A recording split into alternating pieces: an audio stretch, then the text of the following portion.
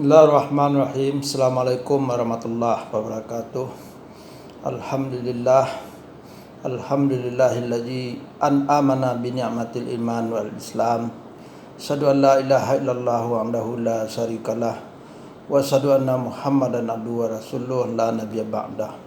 Allahumma shalli ala Muhammad wa ala alihi wa sahbihi ajma'in, amma ba'd. A'udzubillahi minasyaitonir rajim. Bismillahirrahmanirrahim. Rabbana atina fid dunya hasanah wa fil akhirati hasanah wa qina azabannar. Ya Tuhan kami, berilah kami kebaikan di dunia dan kebaikan di akhirat, dan lindungilah kami dari azab neraka. Al-Baqarah ayat 201.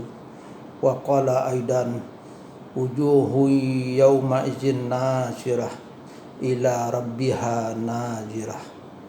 Wajah-wajah orang mukmin pada hari pertemuan dengan Allah itu berseri karena bahagia menghadap Tuhannya.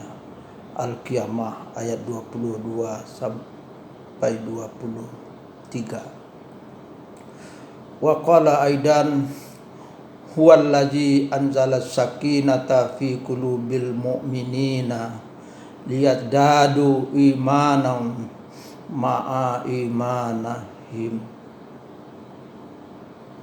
Dialah yang telah menurunkan ketenangan ke dalam hati orang-orang mukmin supaya keimanan mereka bertambah di samping keimanan mereka yang sudah ada. Al-Fat ayat 4. Kaum muslimin yang dirahmati oleh Allah Subhanahu wa taala, kita bersyukur kepada Allah bahwa kita masih diberikan kenikmatan Islam dan kenikmatan iman, sehingga kita masih bisa beribadah kepadanya dan masih bisa berkarya bermanfaat untuk manusia dan untuk semesta alam. Kaum muslimin yang berbahagia, topik kita hari ini adalah hiduplah dengan bahagia.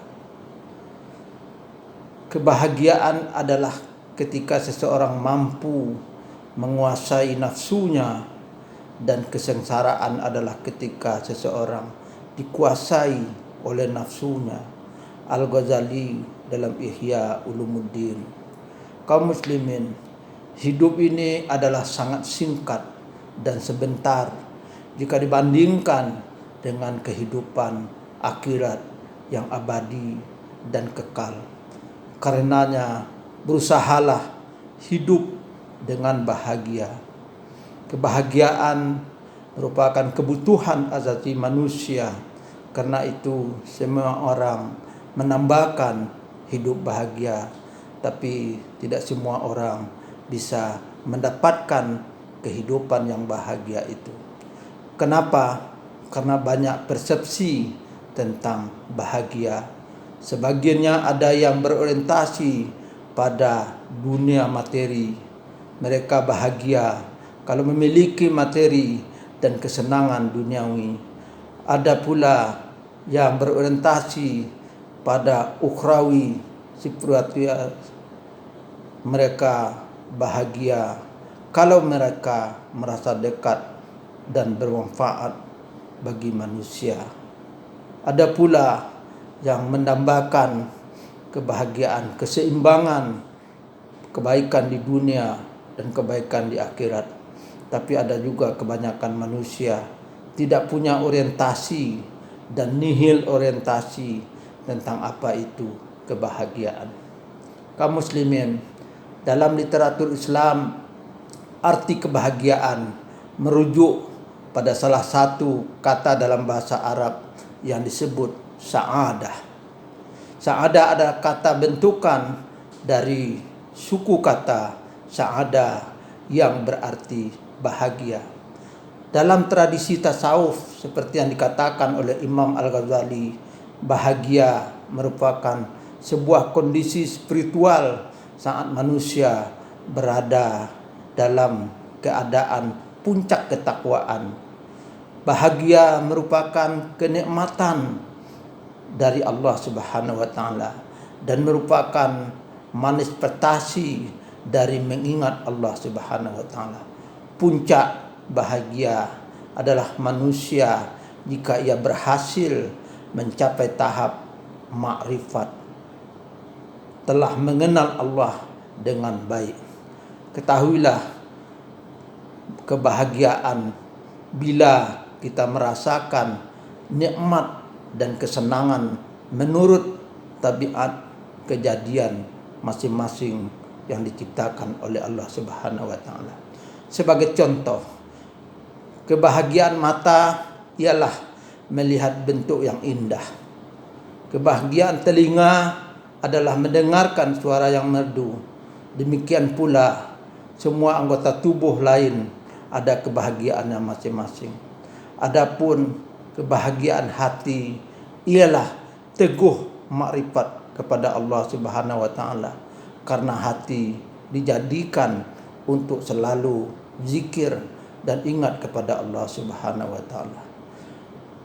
Kebahagiaan menurut ahli psikologi seperti dikatakan oleh Hurlock bahwa kebahagiaan merupakan gabungan dari adanya sikap menerima, acceptance, kasih sayang, affection, dan prestasi, achievement.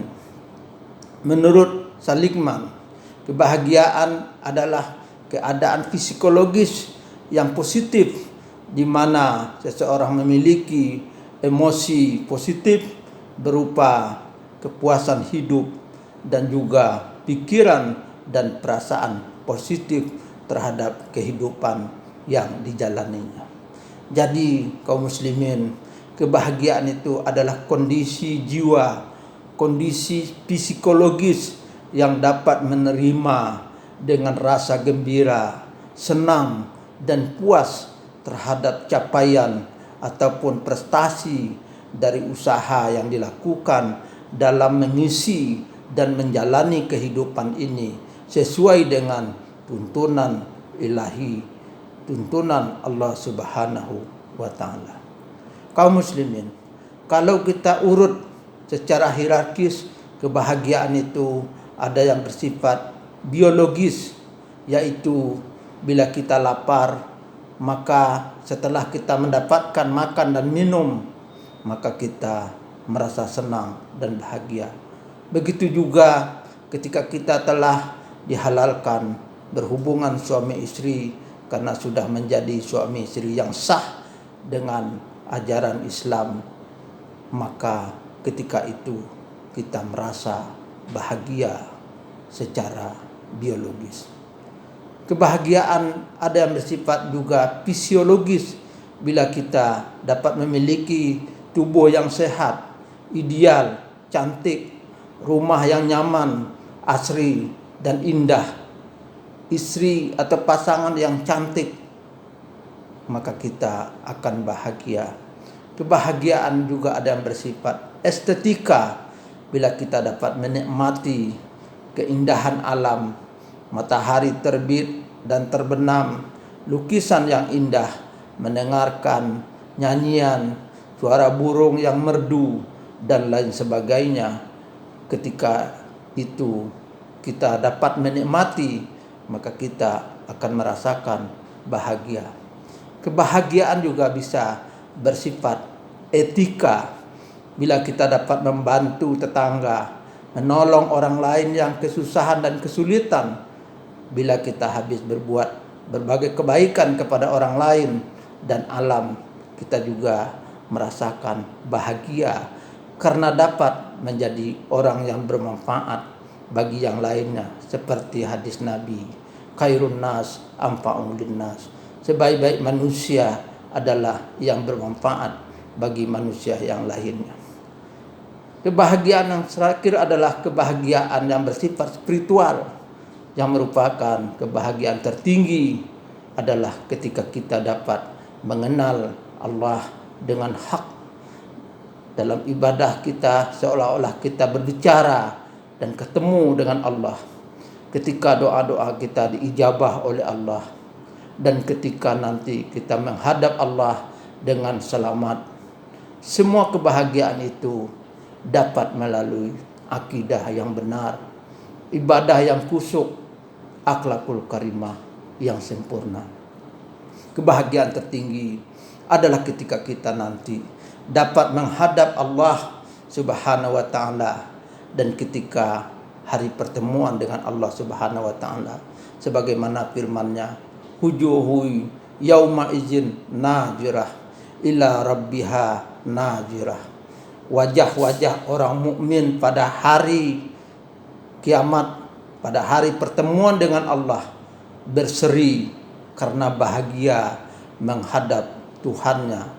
Al-Qiyamah ayat 22-23. Karena itu mari kita kokohkan akidah kita, kita sempurnakan ibadah kita, dan kita mantapkan akhlakul karimah kita agar kita nanti bisa memperoleh kebahagiaan tertinggi di dunia ini dan sampai ke akhirat nanti.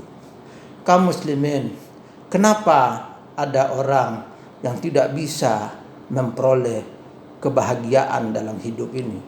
Ada paling tidak 4 sebab orang tidak bisa bahagia.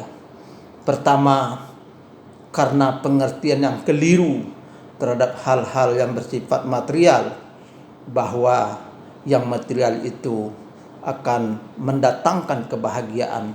Karena itu dia mati-matian mendapatkan materi itu, karena menurutnya ketika materi sudah didapat maka kebahagiaan akan didapat. Itu penyebab pertama, padahal materi itu akan hancur dan habis.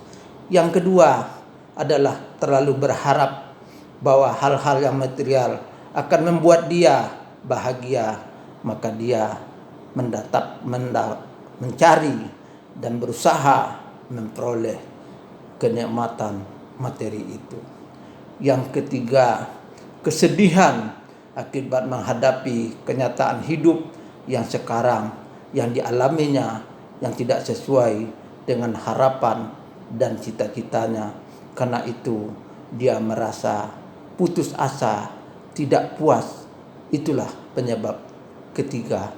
Yang terakhir adalah karena ketakutan dan kekhawatiran terhadap masa depan yang tidak jelas. Kaum muslimin, masa depan dalam pandangan Islam itu sudah jelas kalau kita mau berusaha, bekerja, dan masa depan yang abadi itu adalah akhirat nanti. Karena itu usahakanlah untuk masa depan yang pasti itu dengan akidah yang benar, ibadah yang tertib, akhlakul karimah yang mantap. Kaum muslimin, untuk itu mari kita mencoba mempraktekkan beberapa kunci untuk kita mencapai kebahagiaan. Yang pertama, lakukanlah semua dengan ikhlas. Jika kita beribadah dengan ikhlas, jika kita beramal dengan ikhlas, jika kita bekerja dengan ikhlas, yaitu semuanya karena Allah Subhanahu wa taala. Yang kedua, masalah seberat apapun yang menimpa kita, janganlah kita bersedih, hadapi dengan ikhtiar dan optimisme atau sabar. Yang ketiga, jangan pernah untuk membenci orang lain meskipun ia jahat kepada kita. Karena itu kalau ada orang yang berbuat jahat kepada kita, tetap kita berbuat baik kepadanya. Kita hapus kejahatannya dengan kebaikan kita kepadanya. Yang keempat, perbanyak berdoa untuk saudara mukmin kita. Karena pada hakikatnya ketika kita berdoa untuk saudara kita, sebenarnya kita juga sudah berdoa untuk diri kita sendiri dan akan kembali kepada diri kita sendiri. Yang kelima, hiduplah sederhana meskipun kita punya banyak segalanya. Kesederhanaan adalah membuat kita tidak terikat, terbelenggu oleh kehidupan materi, walaupun kita banyak mempunyai materi.